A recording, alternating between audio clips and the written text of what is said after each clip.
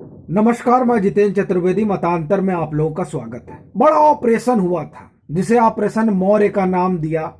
बड़े बड़े लोगों ने, और कहा कि अब तो जो है भाजपा उलट गई, योगी आदित्यनाथ अब गए। लेकिन आप ये देखिए कि इन अति उत्साही लोगों ने उन चीजों को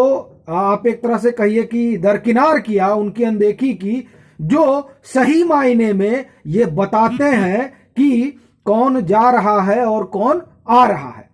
पर सबसे बड़ी बात यह है कि जो लोग ऑपरेशन मौर्य में समाजवादी पार्टी में आए हैं, उनको भी इस बात का बड़ा गुमान है कि हम जहां जाते हैं वहां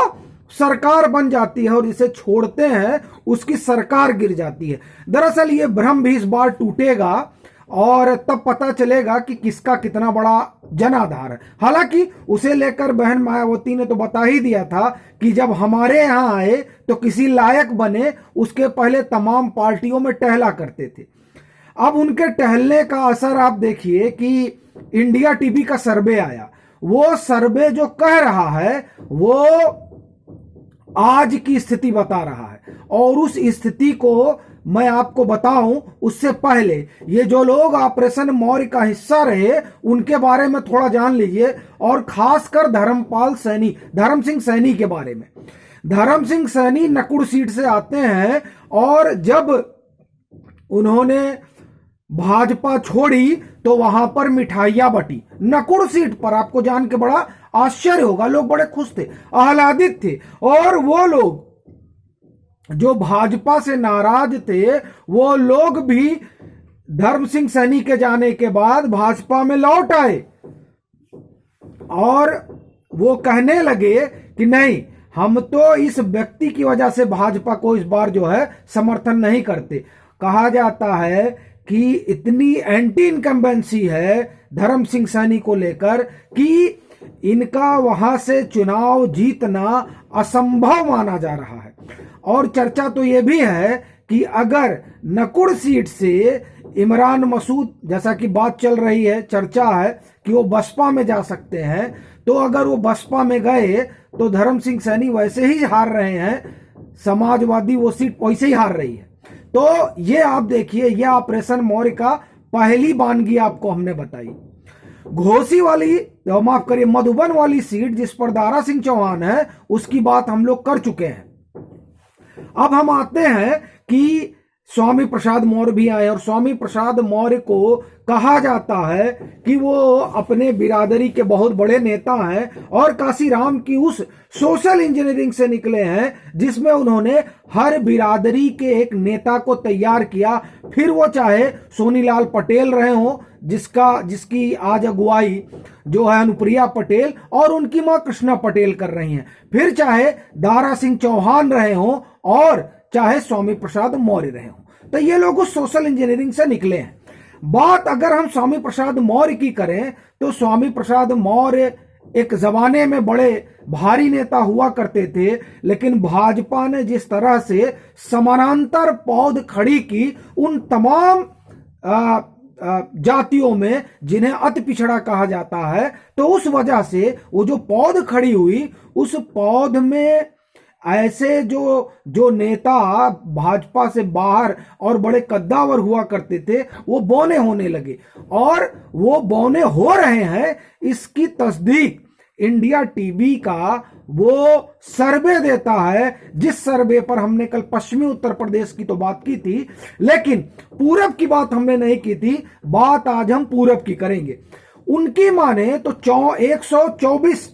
जो है उनका सीटों का सर्वे है। उन 124 सीटों के सर्वे में 66 सीटें वो भाजपा को दे रहे हैं और 51 समाजवादी पार्टी को दे रहे हैं। अब ये जो 51 सीटें समाजवादी पार्टी को दी जा रही हैं, उसकी बड़ी वजह जो मैं समझ पा रहा हूं उसमें ये फैक्टर लिया जा रहा है कि वहां पर जो गठबंधन हुआ है ओम प्रकाश राजभर से, फिर स्वामी प्रसाद मौर्य आए हैं, तो इसलिए ये माना जा रहा है कि नहीं, वहां पर बड़ा असर होगा। लेकिन स्वामी प्रसाद मौर्य हो या ओम प्रकाश राजभर हो या दारा सिंह चौहान हो, दारा सिंह चौहान लोनिया समुदाय से आते हैं,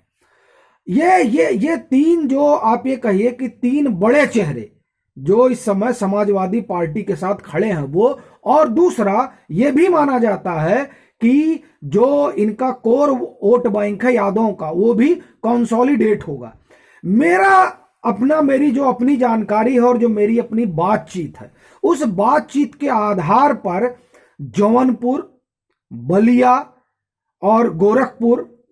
अगर हम गोरखपुर के कुछ हिस्सों को निकाल दे तो ये जो इलाके हैं, इन इलाकों में जो सपा का कोर वोट है, ऐसा मुझे लगता है कि वो सपा के साथ ना जाकर भाजपा के साथ कंसोलिडेट होता दिख रहा है। क्योंकि मैं बताऊं कि इसी मंच पर, इसी मतांतर पर बलिया के उस व्यक्ति से हमारी बातचीत हुई, उनका वीडियो भी होगा, करीब 1-1.5 2 महीने पिछला पुराना होगा, जो आप ये समझिए कि कोर वोटर माने जाते हैं सपा के। उनका कहना था कि जब हमसे लोग पूछते हैं कि आप तो भाई यादव लिख रहे हैं इसलिए आप समाजवादी ही होंगे, तो वो कहते हैं कि लेकिन ऐसा है नहीं,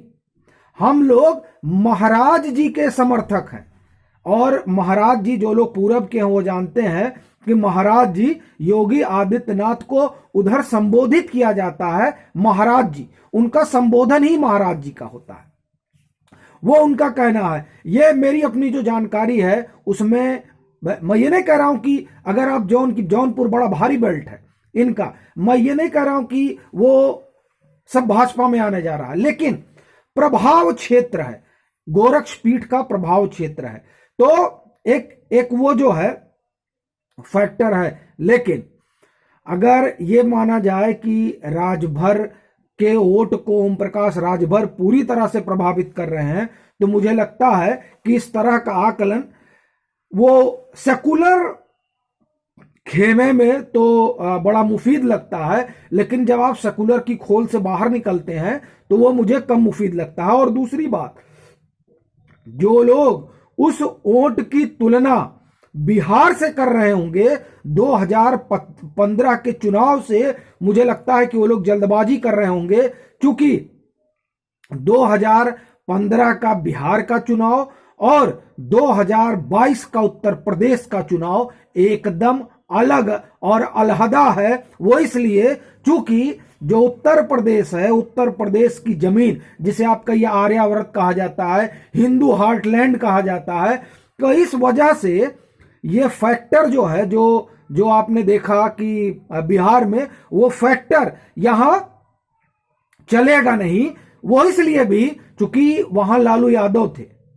और उत्तर प्रदेश में न लालू यादव हैं और न मुलायम सिंह यादव हैं तो अखिलेश यादव हैं, जो खुद अपनी जातिगत पहचान से बाहर निकलकर पिछड़ों के नेता बनने की कोशिश कर रहे हैं, और उसमें भी दलित उनके साथ जुड़ रहे हैं या नहीं जुड़ रहे हैं, ये अपने आप में बड़ा सवाल है। बहरहाल,